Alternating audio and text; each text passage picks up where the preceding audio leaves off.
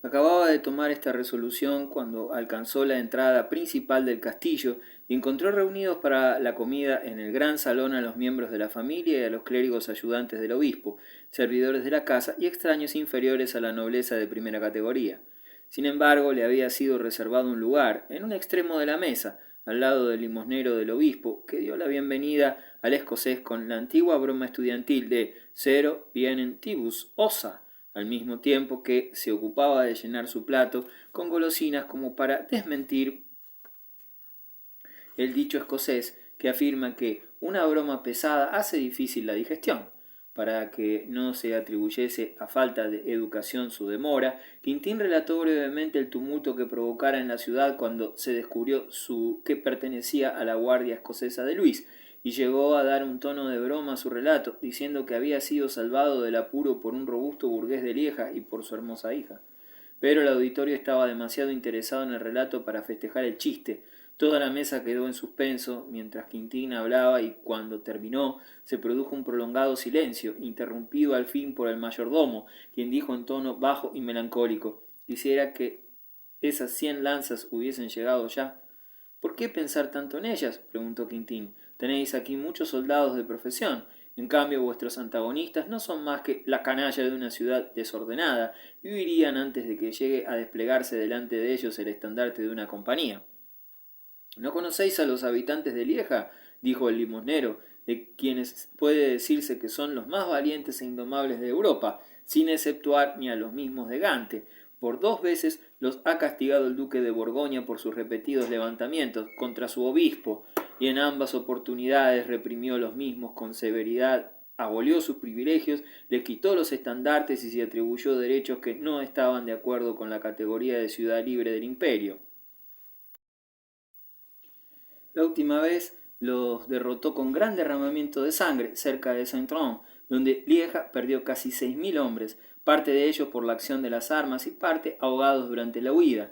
Luego, para quitarles toda idea de posibles motines, el duque Carlos se negó a entrar por ninguna de las puertas que los habitantes cedían, y haciendo voltear 40 codos de muralla entró por la brecha en Lieja como conquistador con visera calada y lanza en ristre, a la cabeza de sus caballeros.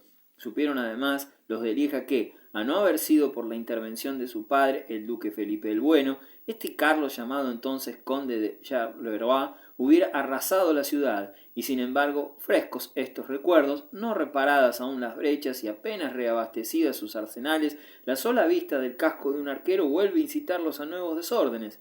Dios no lo permita, pero temo que habrán de producirse choques sangrientos entre una población tan atrevida y un soberano no menos impetuoso, y quisiera que mi buen amo obtuviese un cargo de menor dignidad, pero más seguro, pues su mitra está forrada de espinas en lugar de armiño. Y os digo, señor forastero, que si vuestros negocios no os detienen en Schönwald, no permanezcáis aquí, pues es este un lugar del cual un hombre de criterio debe salir lo más rápidamente posible.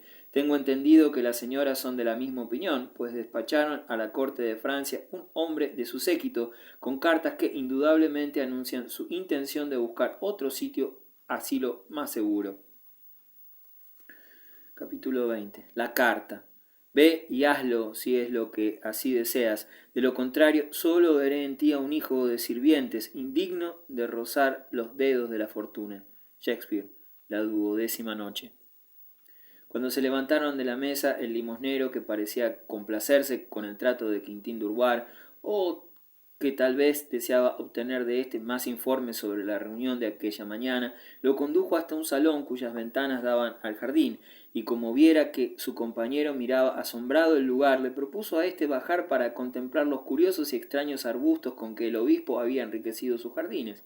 Quintín se excusó y comunicó al limosnero en qué forma había sido observado durante la mañana.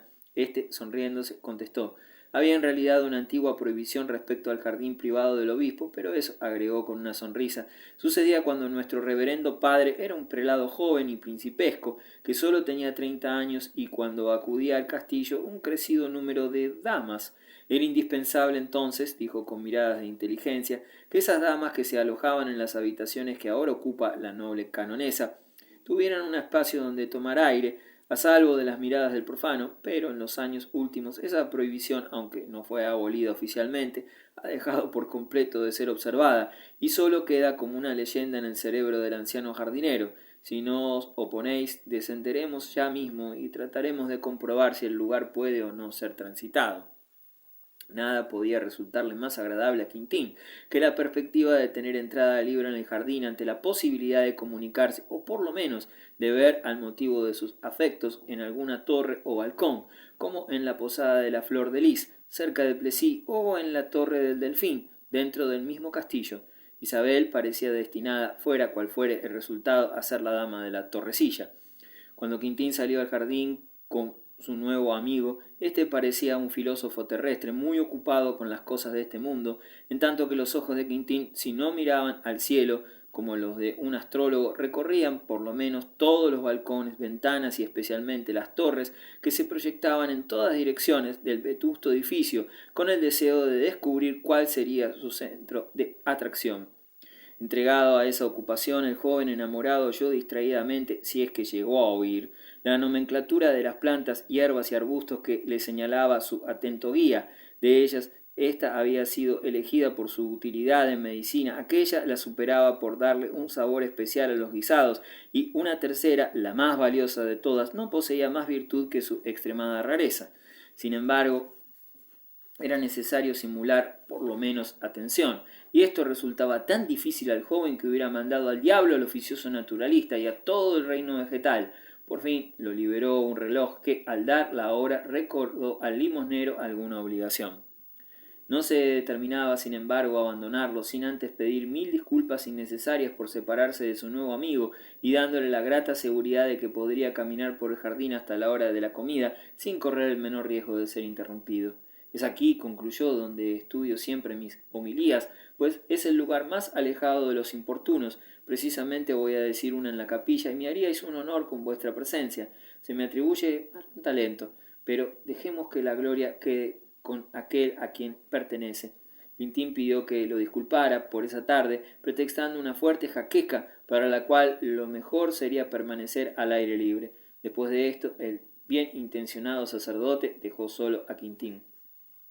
Es de imaginar que en la ciudad, que en la cuidadosa inspección que Durward hizo entonces con más tranquilidad de todas las ventanas que daban al jardín, no se le escaparon las sitiadas en las inmediaciones de la puertecilla por la que fuera admitido Jairedín por Marta, según éste pretendía, a las habitaciones de las condesas, pero llegó la noche sin que nada se moviera ni apareciese nadie que confirmara o rectificara el relato del gitano. Quintín comenzó entonces a pensar, apenas si sabía por qué, que su larga permanencia en el jardín podría ser motivo de sospechas o desagrado. Precisamente cuando había decidido partir y daba la última vuelta por debajo de las ventanas que tanto lo atraían, oyó un ruido ligero y cauteloso, como una especie de tos destinada a llamar su atención y evitar al mismo tiempo que las sospechas de los demás. Al mirar hacia arriba vio con alegre sorpresa que se abría una ventana y una mano femenina dejaba caer un billete que fue a parar junto a un arbusto de romero, próximo al muro.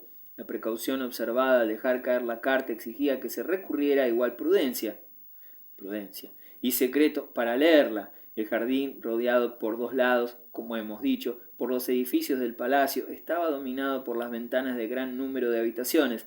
Había, sin embargo, una especie de gruta de roca que el limosnero enseñara a Quintín con gran complacencia. Levantar el billete, meterlo entre sus ropas y ocultarse en aquel escondrijo fue cosa de un minuto.